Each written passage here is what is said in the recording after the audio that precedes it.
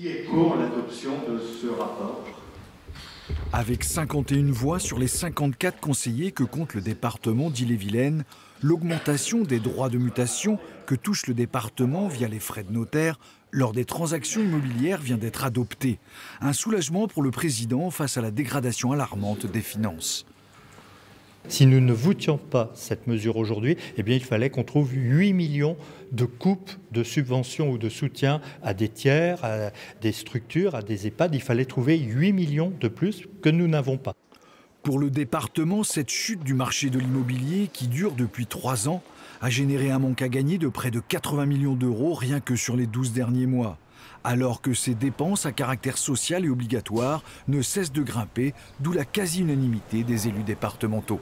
Situation exceptionnelle, mesure exceptionnelle, et je pense qu'il faut faire preuve de bon sens. Ça va permettre de poursuivre le financement des EHPAD, des politiques sociales, de solidarité, également la jeunesse, et puis l'accompagnement des communes dans leurs projets d'investissement. Les frais de mutation passent donc de 4,5 à 5%.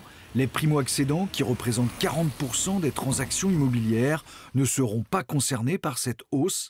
Les constructions neuves sont plutôt épargnées et c'est dans l'ancien que la hausse sera la plus significative. Ce bien aujourd'hui qui serait acheté 270 000 euros, à partir du 1er avril, lorsque la taxe va être votée, on passera sur des frais à 17 060 euros. D'accord, soit 1 382 euros d'impôt en plus. Si vous êtes acheteur, vous paierez donc en Ille-et-Vilaine 500 euros de plus par tranche de 100 000 euros.